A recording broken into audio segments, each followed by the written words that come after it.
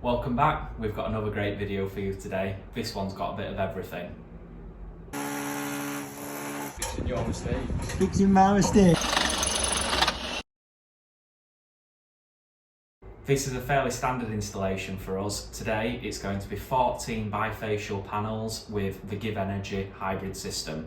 I'm going to pass you over to Corey and he's going to show you around the job.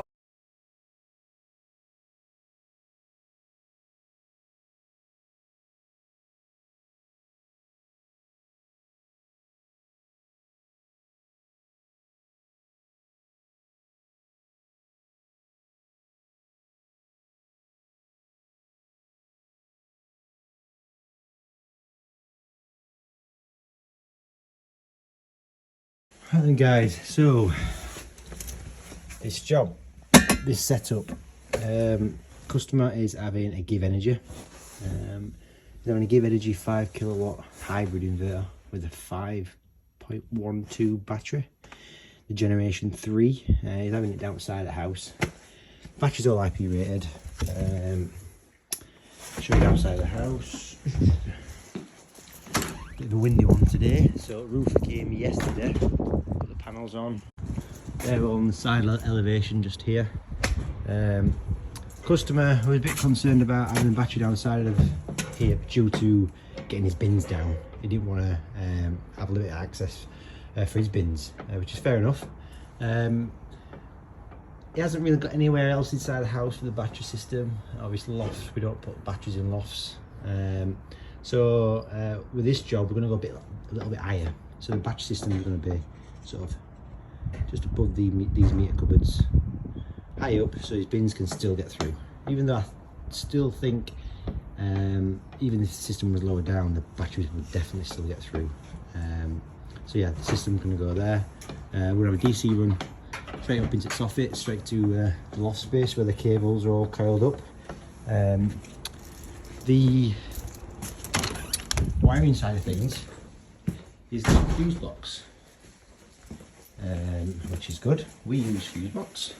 It has 2 spare ways.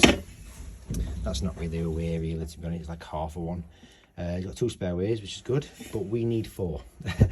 So what we're going to do with this job, the tails, meter covers down there. So what we're going to do, we're going to put a sub-main in.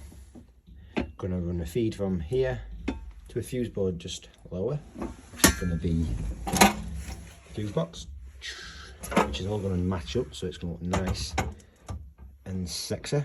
So that's just going to go below there.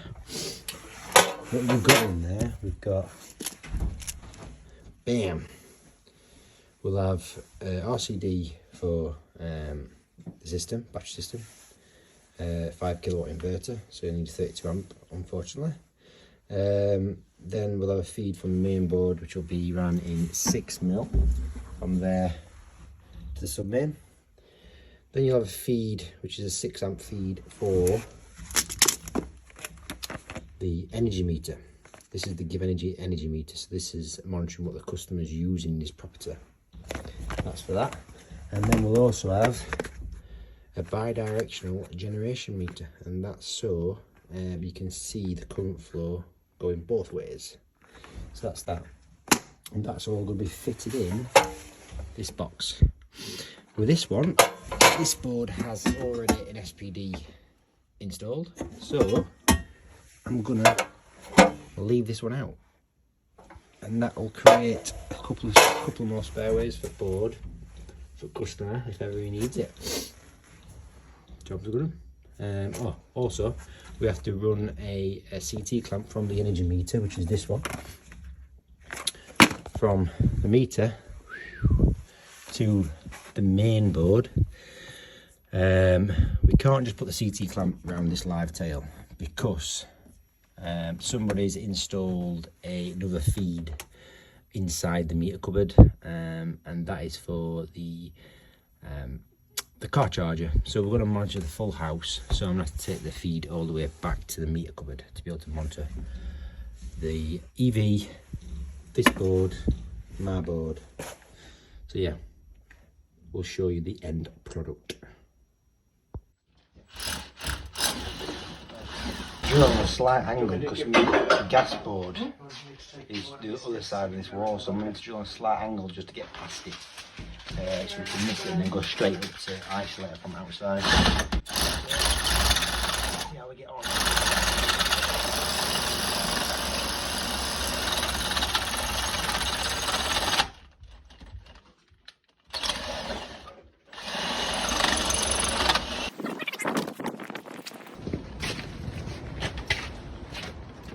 That ain't bad, mate, is it? Oh. Right, so it's going to go there and then it's going to go up to isolate, which is just going to be slightly higher. Job's a fish.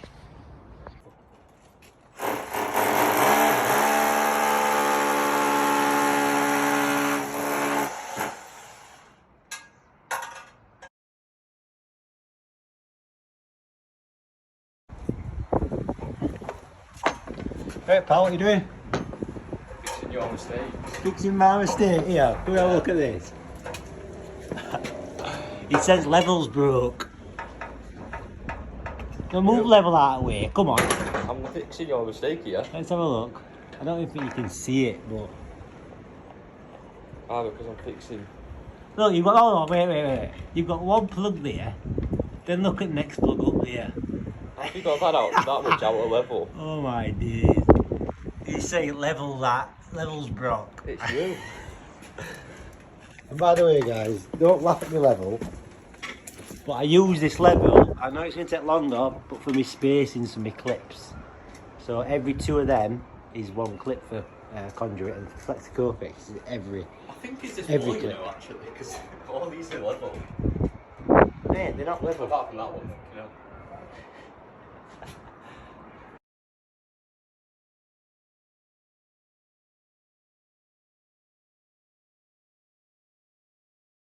This is your extra fuse board. Okay.